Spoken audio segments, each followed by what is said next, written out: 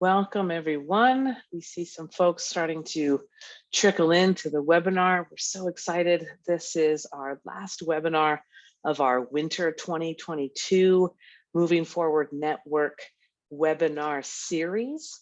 We're so thankful that you all were able to join us today, and apologies and gratitude that we weren't able to hold our original date last week. As you all can imagine, and I'm sure you all are feeling it too, the sort of extra heaviness of the current level of the pandemic and just sort of the state of this particular 2022 winter is real cute and fun, really forcing many of us to really think about, can I do this right now? And what do I need in order to really do it the way that I want to do it? So thankfully, our quality control at MFN and your patience and grace has allowed us to move this final webinar 1 week later. And we're so glad and excited and grateful that you are able to be here and join us. As per the usual, please let us know in the chat right now, who are you? Who's here? What organization are you with? What geographic location are you in right now? What's the weather like there? So just say hello briefly in the chat. Let us know who's here. And also along the way in our presentation today in the webinar, put all of your questions either directly in the chat, or you might notice that on the platform for Zoom, there's a Q&A section and area. Please put your questions there. If we can answer them along the way, we will. If you have a question sort of in the moment, please put that in the chat. We can offer that up to our amazing panelists and presenters today. So put those questions in the Q&A, put them in the chat. Let us know right now just who's here. And we're going to get started in just a few seconds, waiting for a few more folks to trickle in. I see we've got some introductions down here in the chat. Ben from Groundwork Northeast, Revitalization Group, Kansas City, Kansas, getting ready for a winter storm. Yes. Yes, if it hasn't already come to you, it's coming to you, as our presenters are joining us from New York. I'm sure they can tell us all about the winter and the snow and the snaps happening right now. So again, as we're about to get started, please don't forget, let us know who you are in the chat, your name, organization, where you're joining us from. This is an opportunity for us to say hello to folks that maybe we've known, or introduce ourselves to new folks. So we also have someone from Florida, Food Network and the Greater Frenchtown Revitalization Council. Nice to see you all here. So I think we're going to go ahead and get started. One last pitch, put any questions here in the chat, and also use the Q&A feature. If we have time towards the end in our last 15 minutes for our Q&A moment, we can also just raise your hand and I can unmute you if you want to just speak your question or your comments as well. This webinar will be recorded. It'll be then featured on the MFN YouTube channel, and maybe also our other organizations that are joining us today, Push Buffalo and Cooperation Buffalo. And then finally, you will get a follow-up email from us letting you have access for a week to this recorded webinar. So if you want to share it with other folks, and also if you know anyone who registered and was going to join us today but isn't able to, they will have access to the recording as well. So again, thank you all for joining. I'm going to step out of the way. My name is Felicia Perez. It's been such an honor to work with MFN and help produce these webinars. And so now on to our final panelists. It is such a great honor, and I'm so excited to introduce to you all Don Wells Clyburn from Push Buffalo, People United for Sustainable Housing, and also Andrew Delmonte from Cooperation Buffalo. So off to you all, and again, put those questions and comments in the chat in the Q&A feature. Thank you so much, Felicia. Again, my name is Don Wells Clyburn. I'm the Deputy Director of Administration for Push Buffalo, People United for Sustainable Housing. We're a 15-year-old organization, and I've been with the organization for almost 9 years now. And I oversee the day-to-day business operations for the organization. So I wanted to talk a little bit about Push Buffalo. Of course, you know, we are an organization that really focuses on building community power. And so it's very interesting that the question in our slide is, you know, how do we build community power? Sorry, I don't know why my mic is so hard to hear. Can you hear me better now? Maybe just speak up a little bit more, or if you want, Don, you see where your mic is. If it's not too much trouble, just kind of hold it closer. There we go. Is that better? Oh, that's much louder, but it's on the better point. Yes. Okay, good, good, good. So yes, we really believe firmly in community power building. Everything that we do, from our organizing team to our affordable housing units, start with community-based solutions. And what we found, the what, so to speak. Can you go to the next slide, Felicia? Um, the what?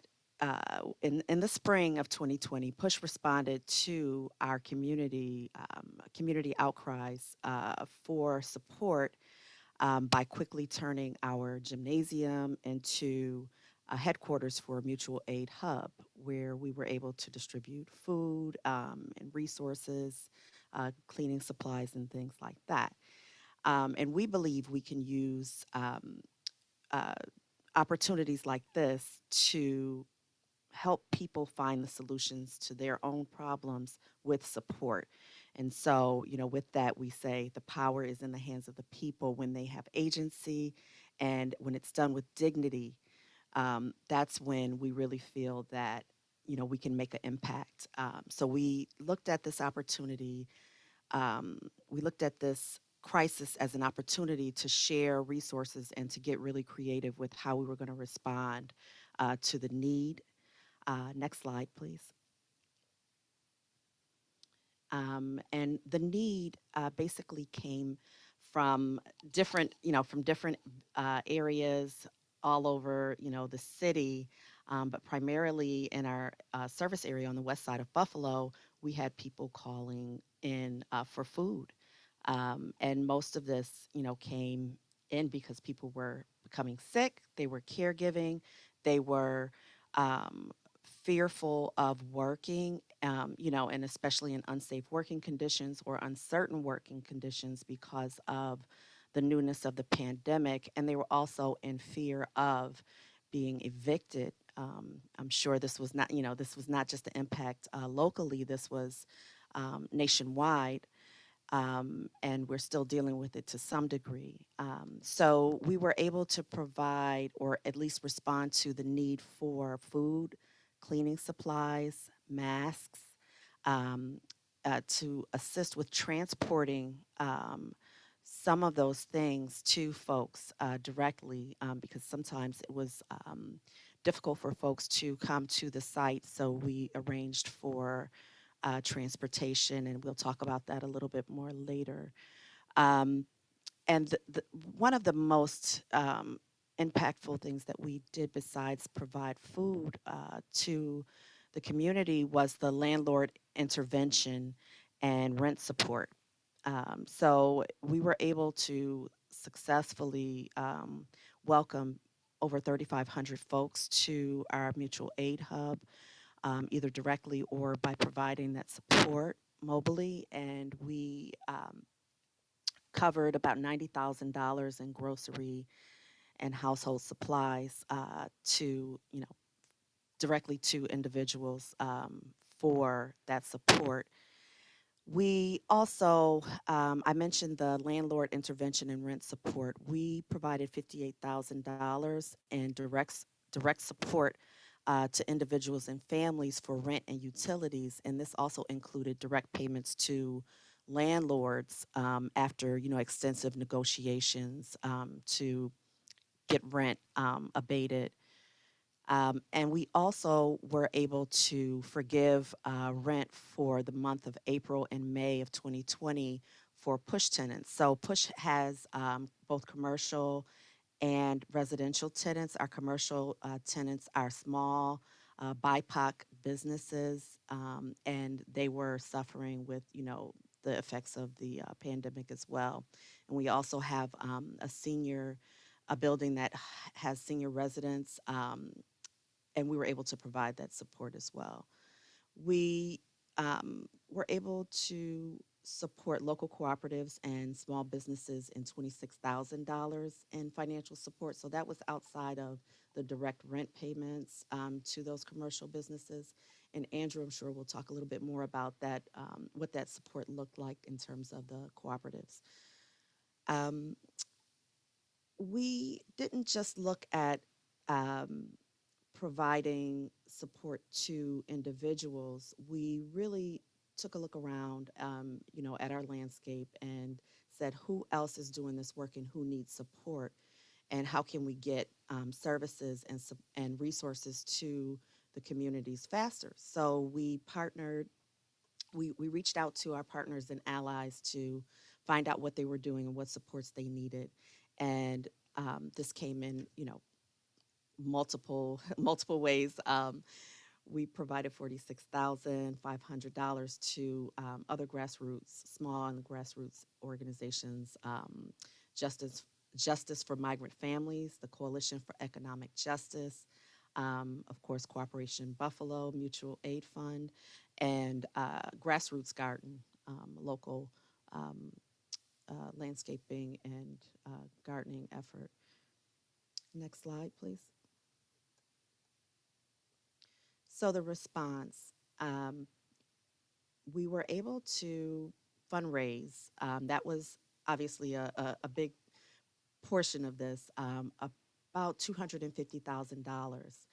And of that, significant part of it went to the rent support and the direct financial support. We also were able to provide supplies, and how we, went about doing this was we were open 3 days a week initially from 9 a.m. to 2 p.m. The hub was generated with staffing, push staff and volunteers, and I'll talk a little bit more about that in a minute. But we partnered with, you know, U.S. Foods and other folks in the area who were contributing food as they were getting assistance. I think that was really the most, I think, soul stirring point. Like, people were getting food and they were getting support, and as they were feeling like they were in a position, they would come back and they would volunteer to help other folks out. So that was really important. And we were also able to distribute vital information that otherwise folks would not have had access to. So we would put flyers in the grocery bags for voters registration, about upcoming campaigns, a lot of information about what was going on with the pandemic and how to navigate with the landlords, who to contact if folks were having issues. And I think that was really impactful. We were able to keep the Mutual Aid Hub open from April 2020 to August 2020. Um, it was a very fast moving train from the moment that the pandemic hit. We knew that we wanted to do this. We knew that we wanted to respond. I think if, when I look back and I think about, okay, the question is always asked, how? How were we able to do this? How were we able to pivot quickly and, without, you know, mention it, it was a lot of blood, sweat, and tears, but we were able to do it and respond in a major way. Next slide, please.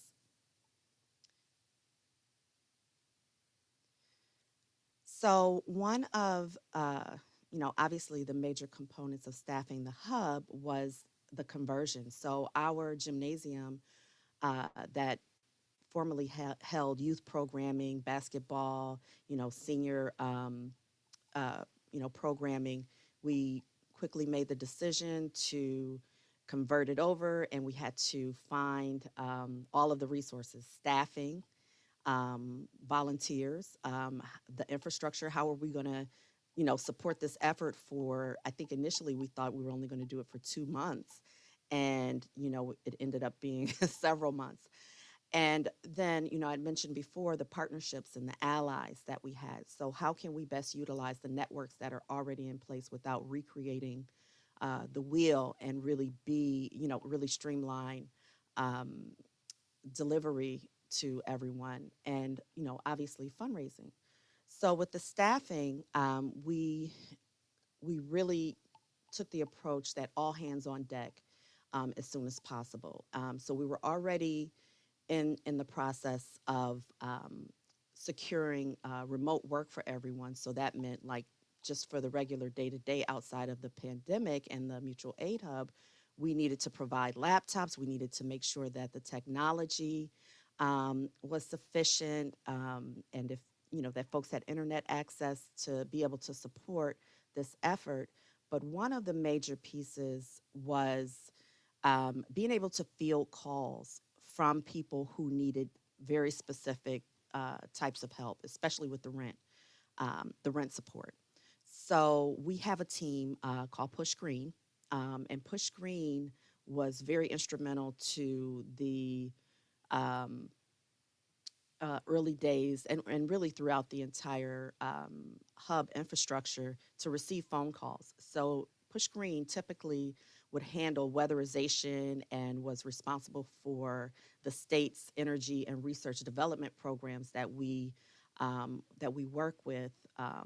But since we were in the pandemic, they didn't have any work. And so we thought, oh my goodness, what do we need to do?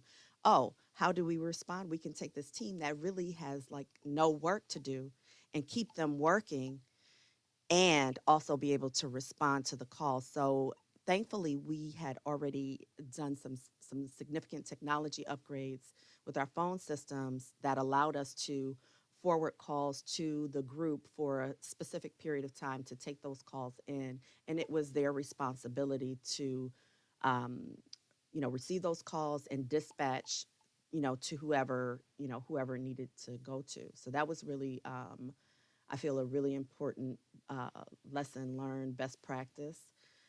We also, you know, we had volunteers, and we had to have folks who could manage the volunteers, and let them know how to get in the building, how to get out, what the lay of the land was. And so we had one designated staff person to on rotation to manage volunteers coming into the space to help us pack, to unload the service truck when it would deliver food to the gym, and to navigate traffic as that stuff happened. And basically, the delivery, the packing, the coordination um, was really significant to being able to have these packages ready for the folks who would deliver the food. So it was on a very tight timeline. So, for example, on Monday, if we know we had to distribute food, then this meant on Thursday, the week prior, we would have to have those volunteers there packing up and everything ready to go and put into the refrigerated truck for pickup from the couriers.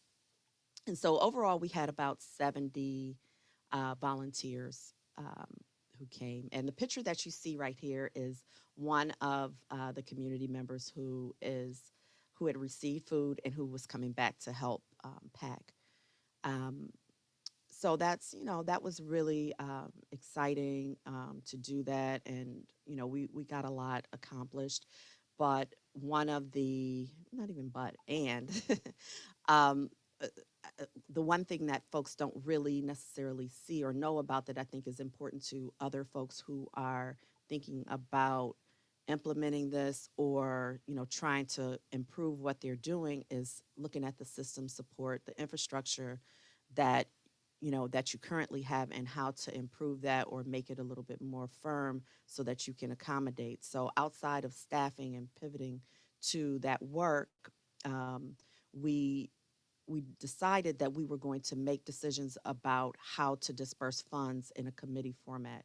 And so we intentionally recruited rank and file staff, all kinds of staff throughout the entire organization to, no matter what their function was, to be a part of this decision making body that would disperse the terms and also negotiate the terms between a landlord and tenant. We had a lot of landlords that were just like, I don't know what you're talking about. I need all of my rent right now, or they have to go. And that was a lot of legwork, a lot of hours spent to negotiate those contracts. And to develop the contract template itself, we had to, make sure that it was airtight from a legal standpoint and get those things out.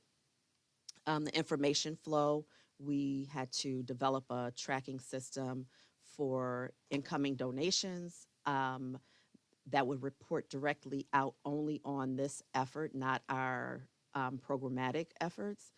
And then it kind of propelled us to really use the Salesforce system that had been newly implemented the year before as the case management process for handling all of the requests for support. Um, the fund distribution process. I wanted to touch really quickly on that part of the infrastructure. We really struggled in the early days to figure out how to get payment to folks really quickly, and we experimented a lot because with our offices being closed, we were not processing hard checks anymore. We were processing payments for vendors via ACH and electronic check. And what we learned was that in order to get the payments out very quickly, we had to process by PayPal, Venmo, and Deluxe. So we had to get really creative with how to disperse that. Excuse me one second, hold on.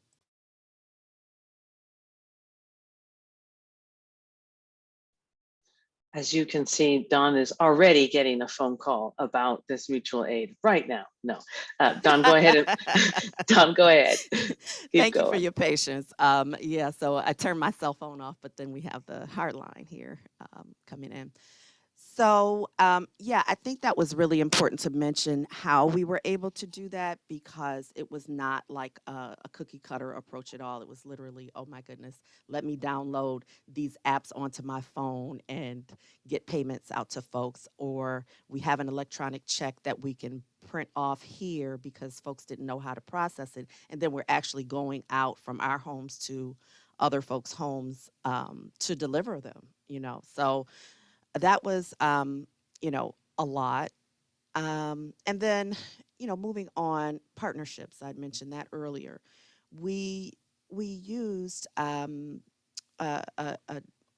really um, allyship uh, connection to figure out who could help us do this work, and we received word from Queen City Couriers, who we already had a really good relationship with.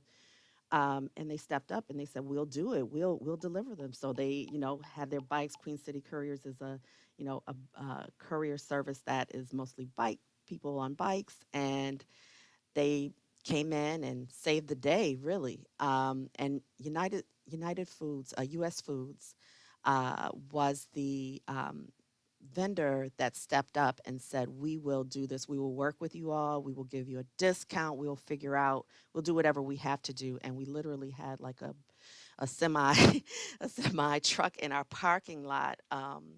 You know, 5 6 days out the week to deliver this food, and the Mutual Aid Network of Buffalo. So a lot of calls and inquiries came in through Mutual Aid Network, and we also learned a lot from that network of how to really respond to the needs.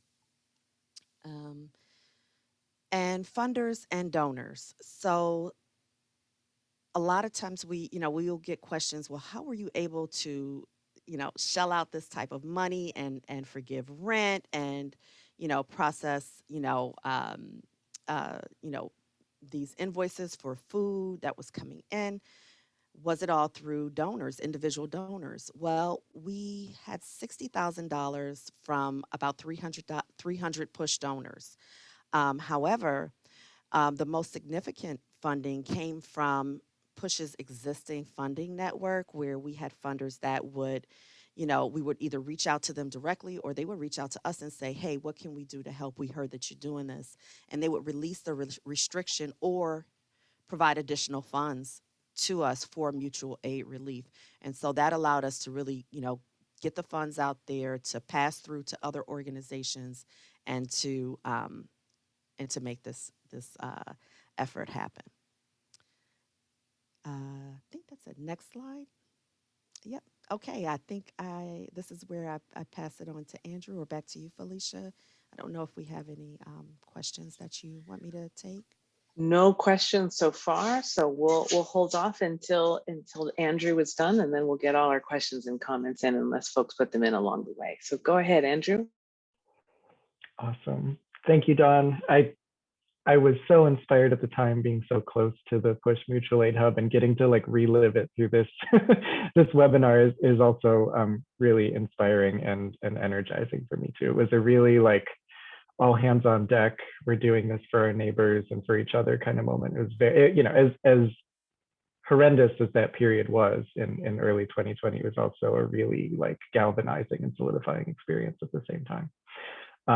So hi everyone, I'm Andrew. My pronouns are they, them, theirs. I'm the executive director of a small organization called Cooperation Buffalo.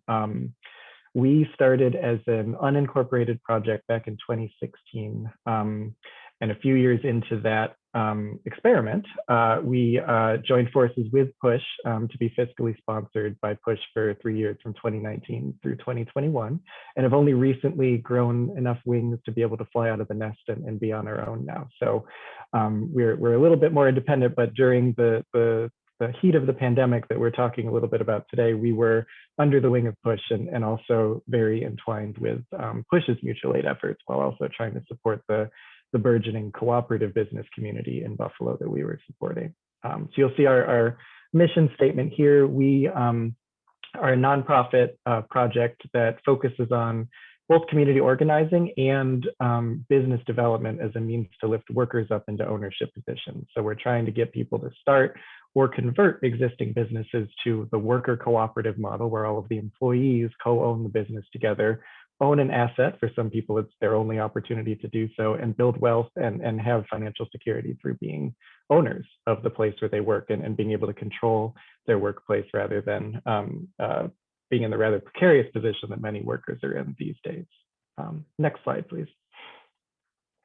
We do this through a few different ways. So we're trainers and educators and organizers. We do a lot of work locally in Buffalo, just talking about what cooperative economics is, getting people to start thinking in this way. This is something that your traditional economic development and small business development resources don't mention as an option. So we have to do a lot of unlearning and relearning with folks that this is a way that we can be in an economy and in community with each other.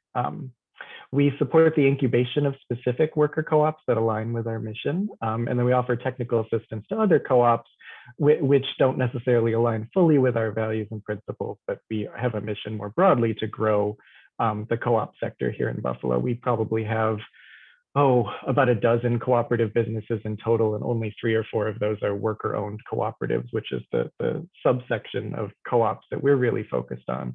So we're doing a lot of work just to grow that ecosystem and to find projects that are ready to be incubated. And our main focus is folks who have been traditionally excluded from the mainstream economy, and through all of the sort of cross sections of oppression that touches. We also notably participate in a loan fund, a national loan fund that circulates capital to cooperatives in a non-extractive way and is governed appropriately as a cooperative itself. This national loan fund is called Seed Commons. And long-term for us, we're also thinking about ways that we can replicate the national loan fund model by building a local community-controlled loan fund. But at our scale and size right now, it makes much more sense to be tied to a national infrastructure for the financing capital that our cooperatives might need. Co-ops generally are less able to access traditional financing through commercial banks or even through other CDFIs because of things like personal guarantee requirements and credit score and collateral mixes that just don't work for the folks that we work with.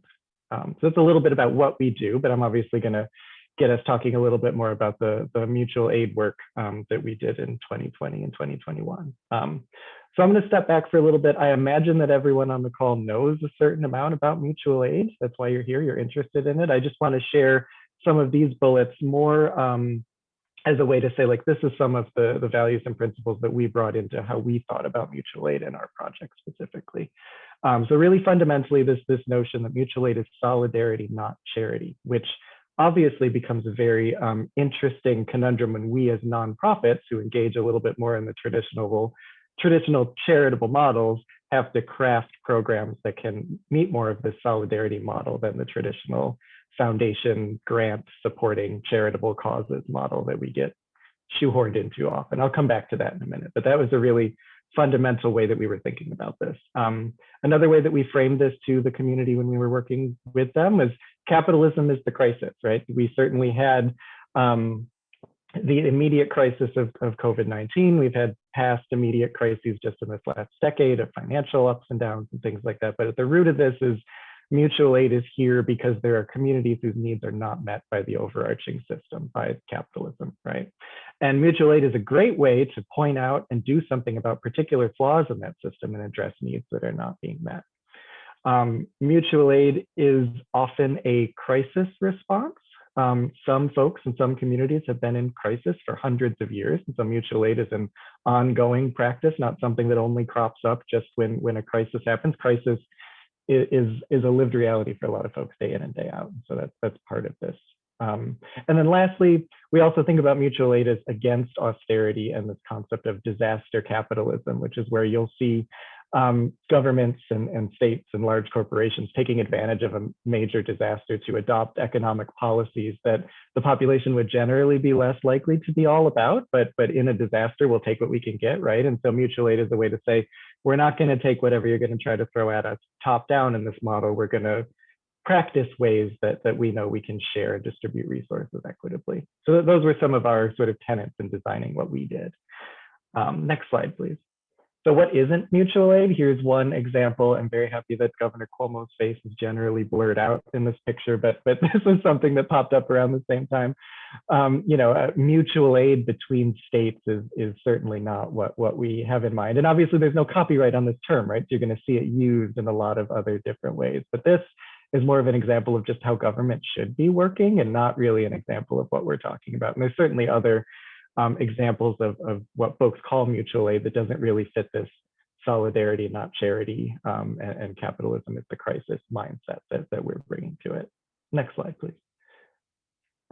So I want to take a minute, hopefully you all are familiar with many, if not all of these, but just to highlight some inspirational mutual aid programs historically that I think also show the breadth and applicability of this model. The COVID-19 as a pandemic was certainly a really obvious moment when this became necessary, but there's tons of other elements of the mainstream economic system that have gaps that require a filling. And here's some ways that folks have done this. So obviously, and pretty famously, the Black Panthers ran a school lunch program because children in Black communities were not receiving the food aid that they needed.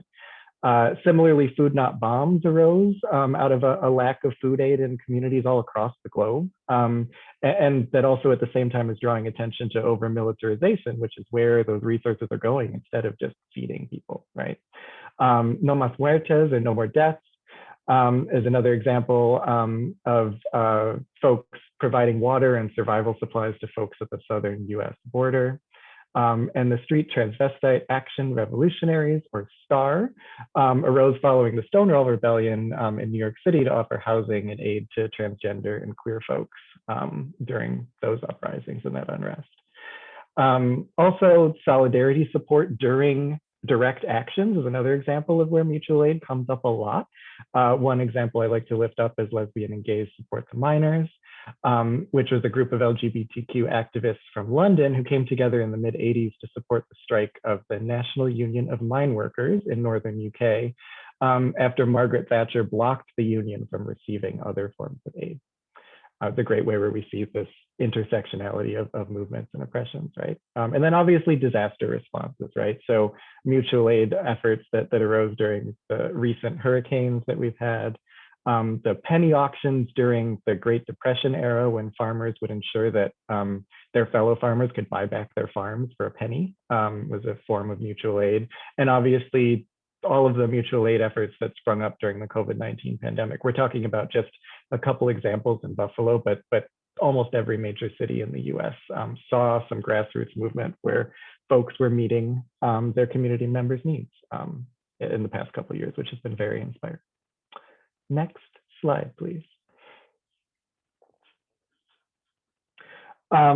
a little bit more about how cooperation buffalo's work intersects with the concept of mutual aid. And it's really centering around this notion of solidarity, right? So worker cooperatives are one example, as you'll see in this big wheel diagram on the screen here, of an aspect of something that is sometimes referred to as the solidarity economy. The folks at Highlander describe it as an alternative framework for economic development and systemic transformation grounded in principles of social solidarity, cooperation, equity, pluralism, sustainability, and participatory democracy. That's a lot of terminology. The basis is people meeting each other's needs in an equitable way without top-down hierarchy to it, right? And worker co-ops, what our small organization is tasked with trying to promote and encourage and grow here in Buffalo, New York, it is an economic model of how we can arrange business organizations to meet this solidarity economy mindset. And obviously there's all sorts of other solidarity economy elements that weave a tapestry that creates potentially a better way of us organizing our home economy, management of home, right? So we have things like credit unions, the concept of the commons and collective ownership of land, employee stock ownership as another model of employee ownership of businesses, collectives, barter systems, and obviously mutual aid systems, and consumer co-ops and housing co-ops and things like this. So mutual aid efforts are sometimes a more temporary and transitory sort of model of solidarity economy in action. And part of what we wanted to really convey to folks during the pandemic was how there are ways to make this type of action that we're doing a little bit more permanent. Have you thought about organizing your mutual aid collective into a worker cooperative that supplies food in your community more permanently? Have you thought about the mutual aid efforts to alleviate folks' housing and rent burdens into forming housing cooperatives or real estate cooperatives where the community can permanently own its housing in the future? And so there's some direct ties to what we were trying to do to the crisis at hand, which made it really powerful. Next slide, please. Obviously, what folks needed in the moment, very often in the small business world and the cooperative world, was just money to keep the business going and to keep the lights on, right? So we took the approach, again, sort of weaving this tapestry with the other mutual aid efforts that Push Buffalo was doing with its mutual aid hub, meeting individuals' needs, to try to meet the needs of the independent small businesses and obviously cooperative businesses that were already in our community, in our ecosystem, that we wanted to make sure we were preserving and not losing in this moment of instability. So we took about $30,000 of our operating budget for Cooperation Buffalo in 2020, which sounds like a small amount, but we were also a staff of 2 at the time. So that was actually a really significant reprioritization and using our budget as a moral document in that moment to say, like, where does this money really need to go in this time? And then we also, through Push's help and through the help of others in our networks, were able to add on some additional funding from philanthropy. Again, these were folks like Dawn mentioned who were really interested in just deploying funds for the purposes of meeting mutual aid needs. So this money didn't come with a lot of strings attached, whereas sometimes philanthropic money can come with a lot of strings attached. And so this was helping us to still achieve that solidarity, not charity model, because we didn't have to turn around and means test in great detail how we were handing this money out to folks that needed it. So over about a year and a half, we gave away a little over $70,000 in what we called micro grants. So these are really small amounts. It was businesses letting us know, hey, we need $300 to pay the rest of our rent bill this month, or we had to furlough our employees, but we still need some money to buy inventory for next month. Can we have a couple $100 and that sort of thing? So we gave this out to the existing co-ops in our small cooperative ecosystem in Buffalo. We also handed it out to workers or members of those co-ops who maybe did need some personal financial resources to get through, to buy some groceries, things like that.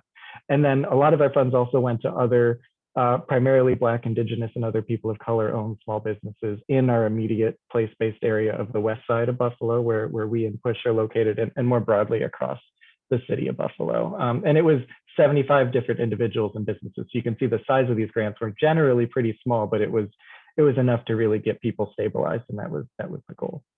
Our application process was really simple. It was like 5 questions. We didn't means test any of this. That was really in line with our values. So applicants were just asked, what do you need? And then also we asked them to reflect on their access to other funds and their access to maybe other forms of privilege. And we also let them know what the total pot was and the fact that we're trying to get this out to as many people as possible. So we had a very sort of like equitable conversation with folks about the kind of funding we had and could offer. And it led to some really great conversations, I think, with some of these small business owners that we worked with as well. I think I've just got one final slide to pan back out a little bit and show some other examples across the worker cooperative and cooperative community across the nation, to show that this wasn't just something that Cooperation Buffalo did because it seemed to fit our values, but also these other solidarity economy institutions were thinking similarly. So our national cooperative lender that I mentioned that we're members of, called Seed Commons, also developed a worker response fund, did something really similarly to what we did, but on a national level. And this was really helpful because the different peer member organizations that make up Seed Commons across the US, some have been around longer, some are just starting out, some have the resources that Cooperation Buffalo does, some have like half a staff person or a fully volunteer crew at this point. So the ability to make sure that Seed Commons was providing this level of support to co-ops across our network, regardless of what infrastructure was on the ground, was really powerful. And then these two examples on the left and right are two food businesses that are worker-owned cooperatives. One in Baltimore there, you'll see the Baltimore Sun newspaper clipping, and then also Woke Foods in New York City, who were able to find some funding and support for them to be able to make dinners and meals for people to just give out. And so at the time of this Instagram post from Woke Foods, they had given out 1,000 meals, I think over something like 10 weeks or something like that. And they continued onward after that. And it was a great thing to see worker cooperatives finding ways to still provide work for their workers, right? The people that make up these businesses. We can still provide meals even if our restaurant is closed or our food business can't, service the usual clientele that we service. And there's certainly a need out there. And the one thing that we produce is food. So let's make sure that that's getting in the hands of those that need it. So I highlight these as an example of how these solidarity economy functions and the notion of mutual aid can exist across nonprofits, like what Dawn and I have been highlighting that we were able to do at our organizations, but also across the for-profit world and these other community-based institutions that keep us thriving. Okay, I'm going to stop talking there and we can shift to questions. Okay, before we get to questions, just really want to say thank you to the two of you, and please share that gratitude and that thanks back with the rest of the team, right? Y'all are here as leaders and spokespeople to really share the information so graciously, and please extend our gratitude to everyone else who played such an instrumental role in this work. So thank you, thank you, thank you. We have some really great and powerful questions that are currently in the Q&A. Also, please put anything that you want in the chat as well. I'm going to go through the questions in the Q&A, and whoever wants to answer them, let's go ahead and do that. So we have a question that says, one struggle we see in our mutual aid work is that it's difficult for an under-resourced community to pitch in much to help their neighbors. Have you all run into that? And do you have any thoughts about how to address it, right? Like if you don't have the funding part or you don't have the staffing part, like what can you do to help? And what experience did you all have in having those orgs feel that reciprocity was equal or equitable in some sort of way as well? I'll take a stab at it, and Andrew, of course, feel free Dawn, do you to. mind bringing up I the keep mic? forgetting about this mic. Can you guys hear me okay? Yes, that's All better. right. Thank you. I'll take a stab at it, and of course, Andrew chime in. I think it was a little unique in this moment that everyone was in crisis mode and wanted to help their neighbors. In this city in particular, we're called the City of Good Neighbors. So I think living into that was like a priority of this community. And we had already done a lot of base building to engage the community in a way that that ownership and sense of pride was already embedded into just the vibe of the community. I think that it would definitely be a challenge for a smaller organization that is under resourced to pull off the effort that we did, because it's just an unfortunate consequence of the not-for-profit funding structure that, you know, the funds, the smaller organizations that don't have that recognition don't necessarily get the funding. And so I think partnerships is a key component, engaging the community. And, you know, once again, I started out by saying meeting the community where they are. If the community members feel empowered, meaning like they're already involved or they feel that there's a need, then it will be much easier for them to engage and see what can be done to improve the conditions of their entire area, because they're looking at it not just from an I, they could look at it from a we. So that's what I would say. Andrew, do you have any comments on that to add to that? I think that's great. I mean, it certainly highlights the benefits of the infrastructure that we had in place, right? Like Push is a very well-known and well-established community-based organization that has relationships to donors and relationships to philanthropy who wanted to share funds in this way for this purpose. And I think if mutual aid efforts or smaller organizations are finding themselves with not enough resources to pull this off, it really is a signal like, where is that partnership, like Dawn was saying, with someone who does have those relationships, or with folks who have resources that just need to be shared, and this is a moment to ask them to do so. I think about all of the calls for folks to share their surplus checks, right? If you don't need the $1,200 that the government is giving you, these are the kinds of places it should be going to, because it's all of that money is going to go directly to your community member who needs it, right? It's not going to be siphoned off for administrative fees or for other things like this in the true mutual aid spirit. We also had a very small scale mutual aid effort that was very decentralized called Buffalo Mutual Aid Network that Dawn and Push Buffalo, I think, got some funds to as well. And we definitely partnered with in this process. And they certainly raised a lot of funds through asking folks on social media to share their checks if they didn't need it. Okay, so hoping that is starting that answer and getting some things percolating for folks to consider even more, right? Like meeting where people are at, and definitely at the same time, it's always unclear what we think we have to contribute, and sometimes how little we think that it could actually be of help, right? In terms of, I can pack some bags, I have some time, I have multiple people in my household right now who all have some time, or as you were saying, you know, that example with the surplus checks, but even things of, I speak multiple languages, or I have extra paper, like whatever it is that you have, right? And really sort of coming up with that list of what are the needs first, and then it's quite quite possible that what is of the need people have. We just really have to come up with that needs list first. I'm going to pivot to another question that we have here, which is first an appreciation. Thank you for sharing the presentations. And then the questions are, can you share about the potential long-term of mutual aid practice, right? Like y'all were talking about something that happened at the sort of key lockdown moment of the pandemic. And now that we are all in this moment of going from pandemic to endemic, how do we go from pandemic to endemic living with COVID? How do we also live with capitalism, knowing that it's not working, right? Like, how do we live in multiple crises, but have that sort of, long-term mutual aid practice? The question also includes, does it become part of the organizational structure? Is it such a long-term need that now it's embedded in the work that y'all are doing? Or does it move into its own organization or own cooperative? And y'all just mentioned some other sort of, groupings and alliances. Did they keep going? Are they still, organizing around this work? So what's the long-term practice? Does it become part of the org structure? Is it its own org or cooperative? I think in some ways, this organization has already had like a embedded philosophy of mutual aid, even before we had the words to describe what it was, right?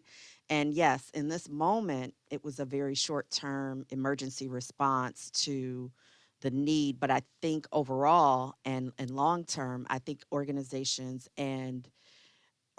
like ours, regardless of the size, should be thinking about how to incorporate some sort of emergency response component into their budget plans, and it doesn't necessarily have to be all encompassing. I think the beauty of what we saw was that this wasn't push buffaloes per se. This was the work of the community. This was the work of our allies. This was, having those relationships with people, like if it wasn't for the relationship with Kate, for example, with US Foods, we would not have even known how to get that food on a large scale, right? If it wasn't for the relationship that Harper had with Queen City, Harper is our former deputy director of movement building, to connect us to the right people in terms of delivery. Maybe we didn't think about that. I think it comes down to being creative. It comes down to being resourceful, and to also be as nimble as we can to move as we have the resources, as we have the needs, and as opportunities become available. I do think that it's also the responsibility of, I'm just going to put it out there, of philanthropy to change the way that they are releasing funds. I think what we saw in that moment with mutual aid and donors and grant makers saying, "Hey, we can do this." The first thought that comes to mind is, why haven't we been doing this all along? Because we all know that it comes down to having the funds to be nimble, but it also comes down to the people power, and have we been doing our part to um, support the community and doing its own work, because it's not necessarily just us. Yes, I am a staff member of Push Buffalo, but I'm also a community member. I also believe in what we're doing, and I know what the long-term goal is. And then the other thought that I'll leave us with is, we do a lot of advocacy work and policies and legislation. I think it's also the charge, not just of the individual organizations, maybe that's on this call, but as a collective, how do we charge our government? The slide that Andrew showed us of our governor and how they're using these catchphrase, terms, is how do we charge them to live into what they think that they're saying, and how do we hold them accountable? And I think that we need to continue to work together as a collective movement to change, so that the burden, so to speak, for lack of a better word, is not just on these smaller organizations or people who have limited resources, or you have a very refined mission of how you need to move as an organization, and really put it back on the government, the governmental entities, and holding them accountable as much as we can. And I also think that it's the responsibility of larger organizations or organizations of scale to share the resources as much as possible. So knowing that we cannot do everything on our own is actually not really a good practice. If we say we believe in just transition, if we say we believe in movement, to take everything in on our own and try to do everything on our, by ourselves, that's not really sustainable. So that's what I would say. Check. I'll stop. I didn't want to get on my soapbox too much. Oh no, that was a good box. That was a good box. Andrew and I were like, yes, yes, yes. I'm sure folks listening were as well. Andrew, do you have any thoughts on it? Everything that Dawn said, absolutely yes. I think the only other piece of the answer for me is that, yes, there are so many opportunities to channel the energy and the organizing and the structures that are built through mutual aid efforts into more permanent economic institutions. And obviously the trick there is, we're still under capitalism, so there's going to have to be a business model if it's going to become a cooperative business or something like that. So many of these things that really just rely on folks exchanging resources, or the aspect of we need to be bringing in some outside resources through philanthropy or donors or something like that, those collective formations are still going to be unincorporated, maybe still going to be attached to nonprofit efforts. But if there is, a community need that wasn't being met, that the community can actually like exchange goods or money for, that there's a potential to just start a cooperative that meets our community's needs. And I think this certainly got a lot of people interested in that. Again, whenever we see a crisis, we always see an uptick in interest in solidarity economy models and cooperatives, and us owning our own means of production, our own housing, our own things like that. And so some of the folks that were very involved in those mutual aid efforts in Buffalo in 2020 took our cooperative academy training course that fall, right? Because they they saw the connection, and we talked to them about that connection. I also don't think it's a mistake that we had a really well organized progressive mayoral campaign a year later too. I think the organizing efforts of folks coming together around community needs in 2020 during mutual aid meant that there were people coming together to talk more about these issues, even at the municipal level. I know Dawn mentioned the need to push against state and larger policies as well. But this energy gets used in ways that then I think create more permanent institutions for us as well. Thank you both so much for really sharing in that moment the idea that if we're really trying to move away from a scarcity model to an abundance model, how do we do that? How do we create or cultivate abundance? And it's really hitting home with y'all's conversation and presentation today in the webinar that you create and cultivate abundance through that reciprocity and those allyships and that sort of partnership in the work before, after, and during an emergency or a crisis, right? And so our last question in the Q&A is, what kind of infrastructure needs to be there for setting up mutual aid? And I just want to back up a second and really share, it was sort of a light point, but Dawn mentioned, right, that a lot of this was held by Push Green. And Push Green was, it's a weatherization program. They're going into people's homes and sort of checking to see, are the windows letting in a draft? How's the air conditioning? How's the heater? What are all the ways in which we can help the home stay warm, stay cool, stay safe, and especially in terms of air quality during the pandemic? But that meant that Push Green and Push already had a reputation, already had sort of built the relationship of trust that we can go into your home, that we can help, that we are providing the service that will make things actually better for your day-to-day life in your home. And that better home, better you allows that political power and the rest of that work to also be able to happen. So for me, part of that answer to the infrastructure question is, we know that there are going to be more crises like this.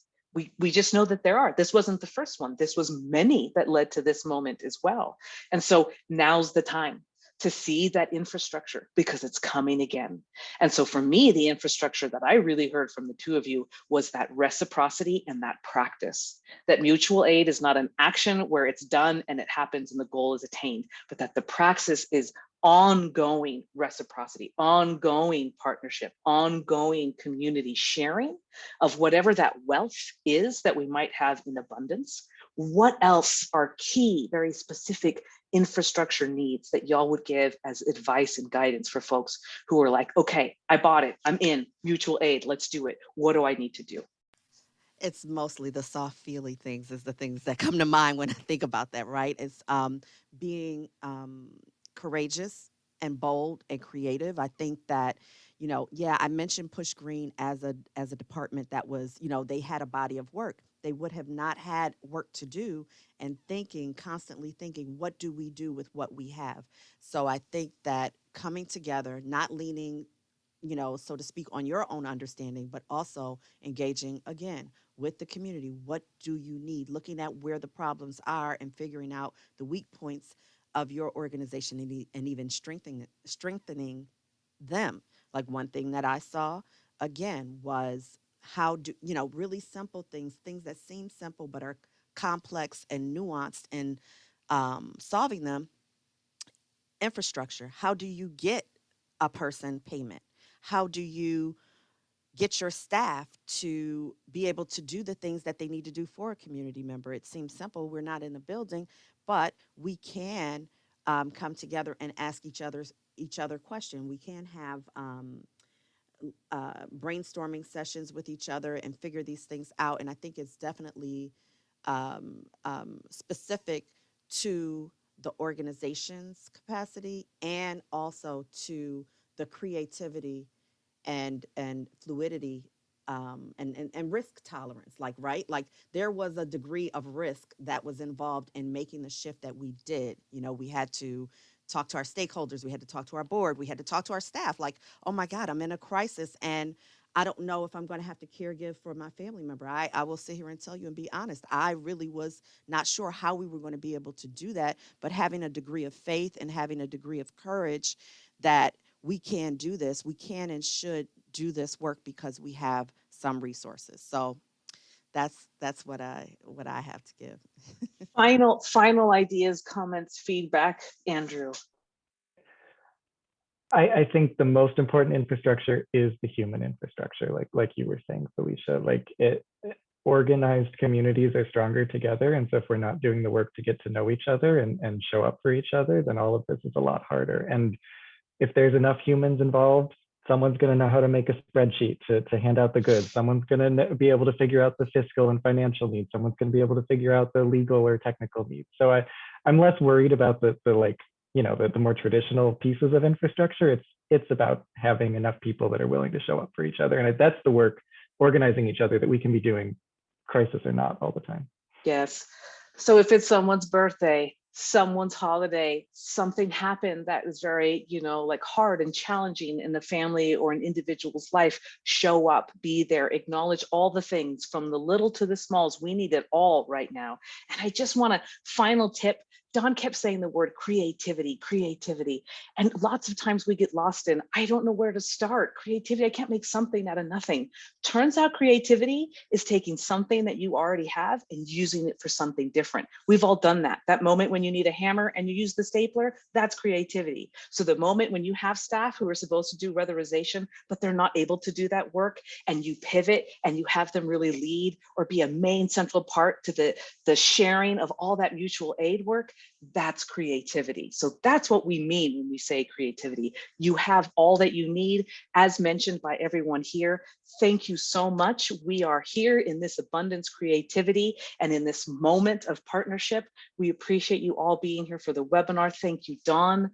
Thank you, Andrew. See the thanks in the chat. Again, this recording will be shared with all of you who are attending today to share it out, to review things, to go back. And also, if you know folks who registered but weren't able to attend, that will be available as well. We'll see this also on the MFN and maybe the Cooperation Buffalo and the Push Buffalo YouTube channels as well. Thank you all. Please stay safe. Take care of one another, because we know that that's how we build power as well. Thank you all so much, and have a great rest of your day, and happy February. Thanks, Don. Thanks, Andrew. Bye-bye.